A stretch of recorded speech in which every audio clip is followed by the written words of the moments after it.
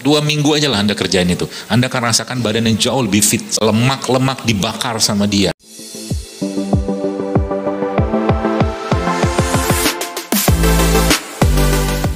Itu yang pertama tuh, gula dan segala turunannya. Anda coba stop. Ya, mulai sekarang diubah aja. Jadi makan apa-apa, dok kita kan butuh manis. Betul, manis itu kita dapatkan dari sumber manis yang benar. Air tebu manis, kurma manis, buah manis, itu manis tuh loh. Air kelapa juga manis, itu manis yang benar. Madu manis gitu loh. Jadi kalau Anda lihat, nanti kalau makan manis banyak-banyak, nanti gemuk. Oh sampai sekarang monyet nggak gemuk-gemuk, dia makan buah. Kan buah, gula buah. Ya seperti itu. Jadi dosa terlalu horor juga. Ya, apalagi makan buah secukupnya tidak masalah. Ya, tapi saya biasanya kalau kayak saya makan buah, cara saya makan buah itu tadi saya jelaskan tadi itu. Saya campurin garam, lada hitam, saya campurin madu sedikit, enak banget. Ya, jadi dia jadi terasa di lambung juga enak ya seperti itu. Nah, yang pertama itu, yang kedua minyak goreng dan segala turunannya. Semua produk yang menggunakan minyak goreng, 2 minggu aja lah Anda kerjain itu. Anda akan rasakan badan yang jauh lebih fit, serius. Ya, itu yang kedua. Yang ketiga apa? Tadi gula pasir. Yang ketiga apa? Terigu. Ya, jangan tampakkan wajah kesedihan gitulah. Ya. Insya Allah banyak makanan enak dan sehat lainnya, insya Allah. Ya, judulnya kita mau latihan kan? Ya, apalagi nanti Ramadan ini, challenge yourself, tantang diri Anda untuk di-extended. Ya, untuk di-extended atau diprolongkan atau dipanjangkan puasanya. Ya, kenapa perlu diperpanjang? Efeknya kalau sampai 24 jam Anda bisa berpuasa, berarti kita nggak makan. Iya, tapi minum boleh. Jadi habis ada makan gitu kan, gak usah banyak-banyak asupan yang masuk. Ya, habis itu minum, misalkan Anda minum air putih atau minum teh hijau atau minum kopi, itu nahan atau dia akan menekan hormon lapar, nanti sahur baru makan lagi. Itu lemak-lemak dibakar sama dia, karena proses autofagi itu semakin diperpanjang semakin powerful dia. Bahkan beberapa yang saya baca di beberapa orang yang menulis dan meneliti itu sampai 48 jam. Itu keren. Ya. Saya pernah nyobain, tapi belum sampai 24 jam, baru 22 jam. Tapi itu sudah powerfulnya luar biasa. Tapi di setting ya, di setting maksudnya apa? Kita sudah memposisikan bahwa kita tidak makan. Jadi tubuhnya jangan kaget nanti. Jadi misalkan Anda habis sahur, habis buka, mau nggak makan lagi, mau diperpanjang puasanya, Anda ngomong ke pikiran Anda aja, ke tubuh Anda, bahwa nggak ada makan lagi sampai sahur ya. Gitu loh. Maka tubuh akan menggunakan cadangan energi yang ada sebagai bahan bakar kita untuk bergerak dan beraktivitas. Dan biasanya juga kita tidur kan habis itu kan. Nanti makan lagi waktu sahur. Seperti itu. 24 jam. Ya, keren itu. Jadi ini ilmu diet yang sederhana sebenarnya. Ya, nggak usah bayar mahal-mahal, kalau Anda ngerti konsepnya, itu Masya Allah, efeknya akan luar biasa. Ilmu diet itu sebenarnya 3 konsep aja. Ya. Yang itu digadang-gadang dibeli kita, banyak orang beli puluhan juta, belasan juta, ilmu sederhana. Ya, ilmu sederhananya aja ya. Kalau yang masuk sama keluar sama, dia sama berat badannya atau maintain berat badannya. Kalau yang masuk lebih banyak daripada yang keluar, maka naik berat badannya. Kalau masuk lebih sedikit daripada yang keluar, maka turun berat badannya. Kan sederhana itu. Itu yang dibeli orang 30 juta. Akhirnya apa? Supaya orang tetap makan, dibikin produk-produknya macam-macam tuh, segala macam. Padahal kalau ngerti konsepnya, nanti isi piring itu bisa Anda atur.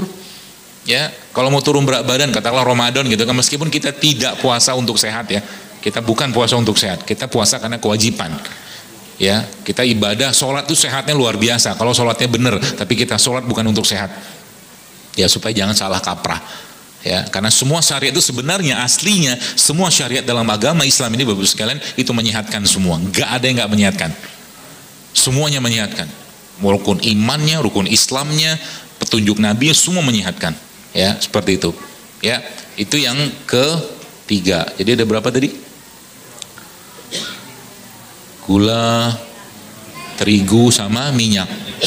Coba di otaknya diputar dikit gitu loh, supaya nanti kita ada kreasi-kreasi untuk bikin makanan sehat gitu loh. Tapi tetap yang bisa tetap maksudnya secara rasa enak, lezat ya. Tapi maksudnya orang tuh masih bisa makan gitu loh. Ya termasuk juga nanti ibu-ibu coba berkreasi bikinin salad. Salad tuh kan gampang banget. Apalagi Anda tahu dressingnya. Dressing tuh banyak banget kita bisa bikin dressing ya. Dressing salad itu contoh mungkin pakai alpukat. Alpukat itu bisa jadi dressingnya salad. Brokoli yang putih atau kembang kol yang putih itu bisa juga jadi dressingnya salad. Kacang Arab itu juga bisa jadi dressingnya salad. Jadi bahan sayur mentah itu pasti baskom segede-gede gaban misalkan gitu ya, masukin situ semua alpukatnya misalkan, atau pakai kembang kol tadi itu misalkan yang di blender ya, maaf ya sudah cair dia, nanti kasih beberapa bumbu kayak bawang putih atau mungkin garam, lada hitam segala macam, campurin di situ, kasih kismis, kasih kacang, udah enaknya minta ampun itu. Kalau nggak minimal pakai apa, misalkan pakai jeruk nipis ya, kasih garam, kasih minyak zaitun sedikit, kasih madu, udah enak juga. Ya, seperti itu kan mudah sebenarnya, nggak ribet sebenarnya. Dan hidup sehat itu jangan pikir itu beban. Banyak orang tuh kadang-kadang susah banget, bla bla bla segala macam, akhirnya nggak mulai bergerak, memberikan haknya badan gitu kan. Yang sering diberikan haknya lidah itu aja. Ya, sehingga nanti susah dok, begitu dok, saya makan yang ini aja. Ya terserah. Ya, sama juga kayak orang bilang tahajud itu kan susah pak tahajud tuh pak. Ya, tapi kalau nggak dipaksa tahajud sampai mati juga kita nggak bakal tahajud. Minimal coba dulu lah 2 rakaat, 1 witir, itu naik sampai kita merasakan kenikmatannya. Ya, sampai kita merasakan kenikmatan ibadah atau ketaatan kita tadi. Nah itu pengganggunya di stop selama Ramadan. Mulai sekarang dilatih dulu. Ya.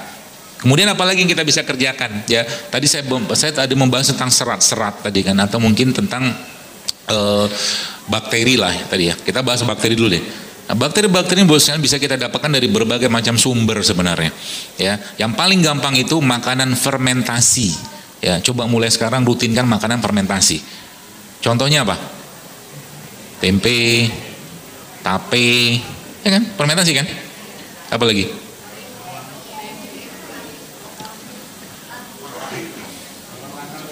Roti itu aslinya fermentasi, cuman karena terigu pak.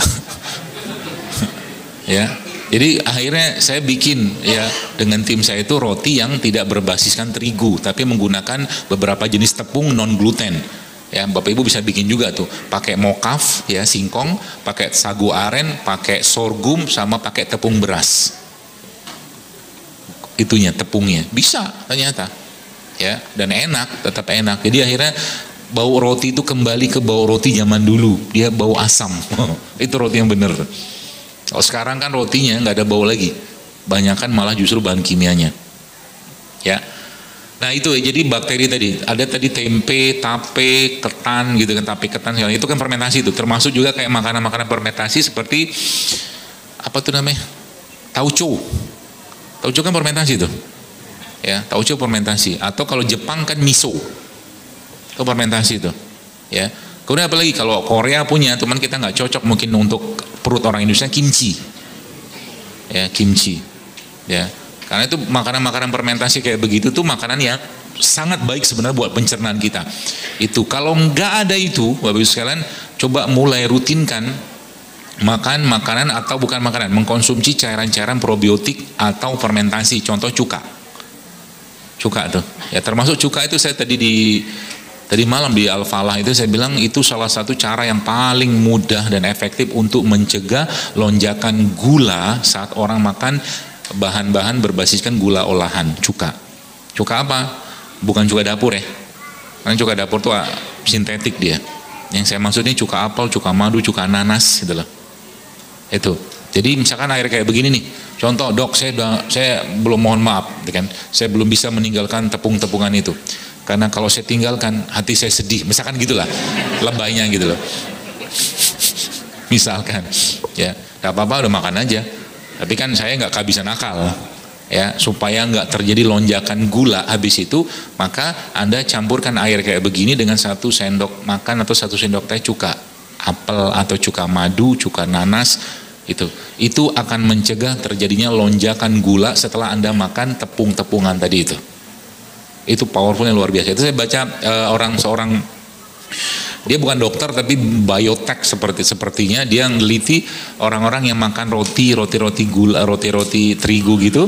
Itu dilihat sama dia setelah 1 atau 2 jam itu angka atau kenaikan gulanya setelah dia makan gula olahan. Macam-macam diteliti tuh, ya.